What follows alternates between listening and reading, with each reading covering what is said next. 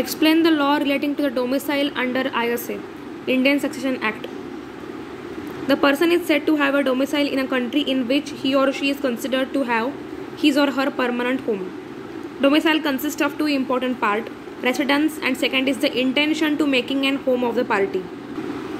Means to acquire a domicile, it is necessary to have a permanent home and intention must be there.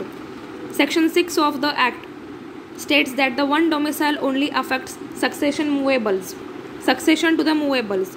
A person can have only one domicile for the purpose of a succession to his movable property. Means a person cannot hold two or three domicile. Only one domicile will be given to person. Section 7 is about the domicile of origin of a person of a legitimate birth.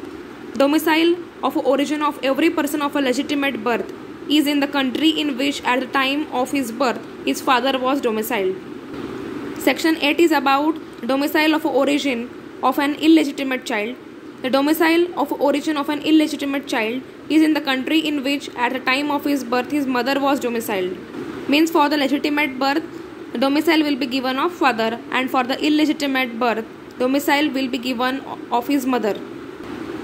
Section 9 is about the continuance of a domicile of origin. The domicile of origin prevails until a new domicile has been acquired. Means domicile of origin is in continuance state up till when a new domicile has been acquired.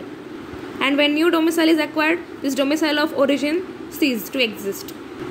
Section 10 is about the acquisition of a new domicile. A man acquires a new domicile by taking up his fixed habitation in a country which is not that of his domicile of origin. Means when a man acquires a new domicile, for that he must have a fixed habitation in another country, and that must not be the domicile of the origin. Section 11 is about the special mode of acquiring domicile in India. Section 12 is about the domicile not acquired by the residents as representative of a foreign government or as a part of his family.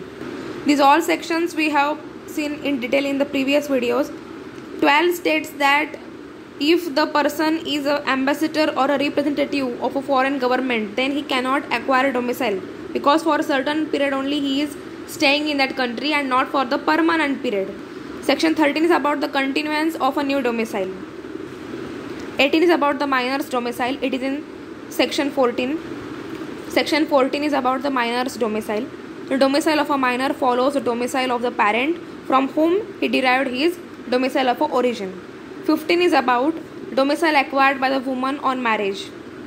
So these are all the laws which are related to the domicile under the Indian Succession Act 1925.